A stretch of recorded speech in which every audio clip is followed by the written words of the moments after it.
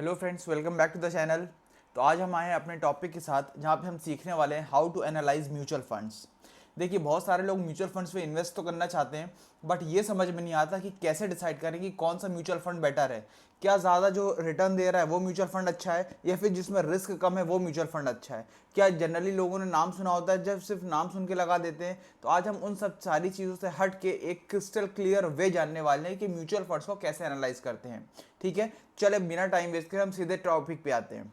चलिए, सबसे पहली बात कि आपको अपना फाउंडेशन सेट करना पड़ेगा कि आपका रिस्क एपेटाइट क्या है। मतलब आप क्या हाई रिस्क ले सकते हैं, लो रिस्क ले सकते हैं, या फिर मीडियम रिस्क ले सकते हैं। जब तक आप ये डिसाइड नहीं करेंगे आप अच्छा म्यूचुअल फंड देख ही नहीं सकते। फॉर एग्जाम्पल, कोई ऐसे जो अभी जस्ट नया नया स्टार्ट हुआ है म्यूचुअल फंड, अगर आप उसमें इन्वेस्ट करने जाते हैं, राइट, तो उसमें ऑब्वियसली जो रिस्क एपेटाइट होता है वो थोड़ा सा हायर होता है, राइट। हाँ, लेकिन उसमें रिटर्न भी फिर हाई मिलते हैं।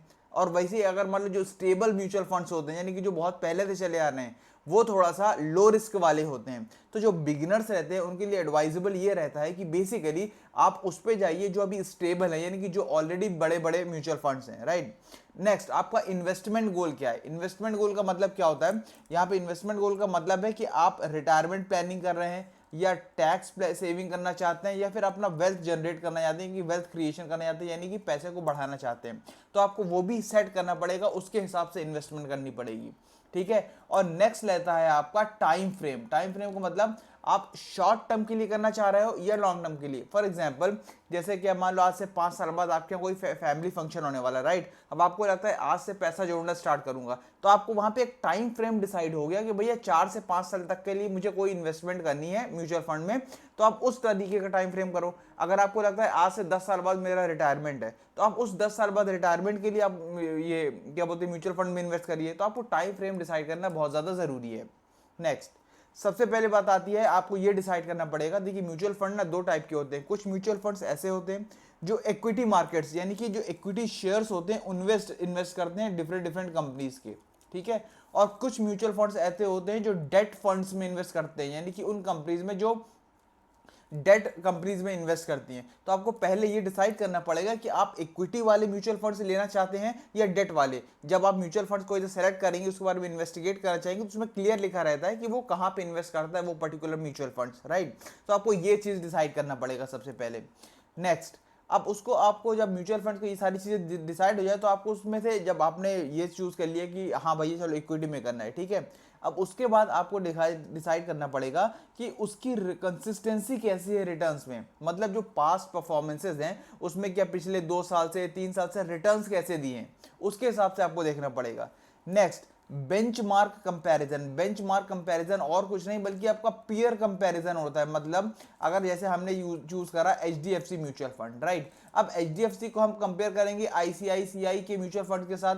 अब इन दोनों का कंपैरिजन को ही हम बोलते हैं बेंचमार्क कंपैरिजन, क्योंकि दोनों लगभग लगभग एक ही तरीके के म्यूचुअल फंड है, एक ही साइज के म्यूचुअल फंड है। तो हमको दोनों में कंपेयर करके फिर बेस्ट चूज करना पड़ेगा। Next, risk adjusted return. मतलब हमें उसके रिस्क एपेटाइट, जैसे अभी हमने समझा था, कि वो समझना पड़ेगा किसमें कितना ज्यादा रिस्क है। देखिए, एक चीज होती है शार्पे रेशियो करके एक होता है। अभी इसे नहीं समझा सकते क्योंकि वीडियो बहुत लंबा खींच जाएगा। तो शार्पे रेशियो अब जनरली माना करो कि ग्रेटर देन 1 हो, तभी वो एक अच्छा म्यूचुअल फंड माना जाता है। ये बात आपको नोटिस करनी पड़ेगी, राइट। Next, expense ratio. देखिए, ये बहुत बड़ी चीज है किसी भी म्यूचुअल फंड में इन्वेस्ट करने के लिए। मान लीजिए आपने किसी म्यूचुअल फंड में 1 लाख रुपए लगाए, ठीक है। अब उससे आपने मान लो 5% रिटर्न जनरेट किया, तो आपने कितना जनरेट किया, 5,000 रुपए, राइट। अब उसमें अगर मान लो जो एक्सपेंस है, यानी कि जो आपका कमीशन कटता है या फिर जो फंड मैनेजर जो कमीशन चार्ज करते हैं, वही अगर मान लो बहुत ज्यादा हुआ, तो फिर क्या करोगे, आपका रिटर्न तो बहुत ज्यादा मिनिमाइज हो जाएगा ना। तो आपको ये बात नोटिस करनी पड़ेगी कि किस फंड का एक्सपेंस रेशियो बहुत कम है।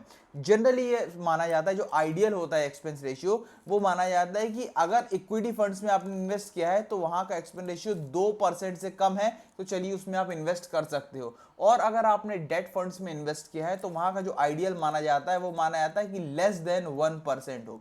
अगर 1% से लेस है तो ही डेट फंड में इन्वेस्ट करो, वरना मत करना। ठीक है।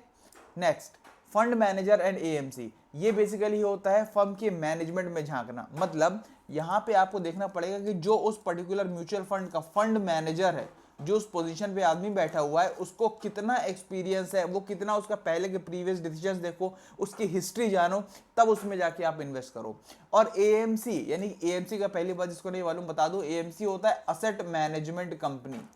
मतलब कि जिस कंपनी में आप इन्वेस्ट करने वाले हो, जिस म्यूचुअल फंड में इन्वेस्ट करने वाले हो, उसकी रेप्यूटेशन क्या है मार्केट में। कहीं ऐसा तो नहीं कि उसने पास्ट परफॉर्मेंसेस खराब हो, पास्ट उसकी हिस्ट्री खराब हो, आप ऐसे म्यूचुअल फंड में इन्वेस्ट कर रहे हो, तो आपको उसकी हिस्ट्री चेक करना बहुत ज्यादा जरूरी है, राइट।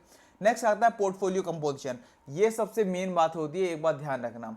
क्या होता है यहाँ पे, आपको ऐसे म्यूचुअल फंड्स चूज करने पड़ेंगे जिसका पोर्टफोलियो बहुत ज्यादा डाइवर्सिफाइड हो। डाइवर्सिफिकेशन का मतलब होता है अलग अलग सेक्टर्स में इन्वेस्ट किया हूँ। देखिए, कोई ऐसा म्यूचुअल फंड आप मत चूज कर लेना, मान लो कोई एक ऐसा आपने म्यूचुअल फंड चूज कर लिया XYZ नाम का, जिसने सिर्फ पेट्रोलियम सेक्टर में इन्वेस्ट कर रखा है, या फिर जिसने सिर्फ फार्मा सेक्टर में इन्वेस्ट कर रखा है, तो ऐसा हमें नहीं चूज करना। हमें ये चूज करना है कि इसमें थोड़ा सा पैसा इन्वेस्ट हो, इसमें थोड़ा सा पैसा इन्वेस्ट हो, थोड़ा सा डिफरेंट सेक्टर्स में इन्वेस्ट हो। इससे क्या होता है, पोर्टफोलियो डाइवर्सिफाई हो जाता है, जिसकी वजह से हमारा रिस्क होता है वो कम हो जाता है। तो आपको ऐसा म्यूचुअल फंड चूज करना पड़ेगा, right. Next, exit load and taxation. यहां पे ये समझ, एग्जिट लोड का मतलब होता है जब आप एग्जिट ले रहे हो तो आपका खर्चा कितना आ रहा है, ठीक है। जनरली माना जाता है जब भी आप एग्जिट लेने जाओ, ठीक है, जैसे मान लो 1 साल का आप एग्जिट लेते हो, 1 साल के बाद आप एग्जिट लेते हो, ठीक है। अब 1 साल के एग्जिट के बाद आपका टोटल एक्सपेंस जो है ना, वो 1% से ज्यादा नहीं होना चाहिए। ये बात आपको ध्यान रखना, अगर 1% से ज्यादा है, आ रहा दिखा रहा है उसमें, तो आपके लिए वो म्यूचुअल फंड सही नहीं है, राइट। और टैक्सेशन, टैक्सेशन के बाद तो जाहिर सी बात है सब लोग ध्यान रखते हैं, अगर आप 1 साल से कम, यानी कि आप long term capital gain choose कर रहे हो तो उसमें 10% का टैक्सेशन है, ठीक है। और अगर मान लो short term capital gain choose कर रहे हो तो उसमें 20% का, तो ये बात आपको ध्यान रखनी पड़ेगी। नेक्स्ट, स्मार्ट इन्वेस्टिंग प्रिंसिपल्स होते हैं, जो बेसिकली कुछ मेजर पॉइंट्स है, आपको ध्यान रखना पड़ेगा। फोकस ऑन गोल्स, जैसे अभी हमने बात करी कि आपको ध्यान रखना है कि आपको शॉर्ट टर्म में कर रहे हो, लॉन्ग टर्म में कर रहे हो, रिटायरमेंट प्लान है, या किस वजह से आप कर रहे हो। कंसिडर कॉस्ट, जो हमने करा कि एक्सपेंस रेशियो क्या होना चाहिए, 1% in the case of equity और 2% in the case of debt. ये बात आपको ध्यान रखना पड़ेगी। कंसिस्टेंसी, मतलब कौन सा म्यूचुअल फंड आपको कंसिस्टेंट रिजल्ट दे रहा है, स्टेबल परफॉर्मेंस है। रिस्क एपेटाइट, जहां पे हमने पढ़ा शार्पे रेशियो जिसका लेस देन 1 होता है वो बेटर होता है, ठीक है ना। तो ये पॉइंट्स आपको ध्यान में रखना पड़ेंगे। Final tips, generally final tips में सिर्फ इतना बोलना चाहूंगा कि आप अपने आप को जितना ज़्यादा एडुकेट करोगे इन सारी स्टॉक मार्केट या फाइनेंस रिलेटेड में, तो आपको उतना ही ज़्यादा आप अच्छे डीप रिसर्च कर पाओगे पर्टिकुलर फंड के बारे में। और अगर आपको थोड़ी सी दिक्कत जा रही है तो बिल्कुल आप नेक्स्ट कोई भी एक्सपर्ट के पास जा सकते हो। अगर आपको कोई पहचान का है तो बहुत सारे हैं ऐसे एक्सपर्ट्स, ठीक है ना, आप उनसे कंसल्ट ले सकते हो। बहुत सारे आजकल ऐप्स आ गए हैं, आप उनसे एक्सपर्ट ले सकते हो। और बार बार अपने जो भी फंड है उनको रिव्यू करते रहो टाइम टू टाइम। मतलब ये नहीं बोल रहा हूँ कि रोज देखते रहो, बट महीने में या फिर 2 हफ्ते में एक बार, 15 दिन में एक बार आप उसको रिव्यू करते रहो कि कैसा चल रहा है, क्या चल रहा है, पैसा निकालना है, रखना है, तो ये बातें समझ में आ जाएगी। तो आई होप यहाँ पे आपको क्लियर हो गया होगा कि इन पॉइंट्स का ध्यान रखना है म्यूचुअल फंड्स में इन्वेस्ट करते टाइम। अगर और भी ऐसे फाइनेंस कंटेंट चाहिए तो प्लीज़ सब्सक्राइब करें, लाइक करें और शेयर करें। Thank you so much.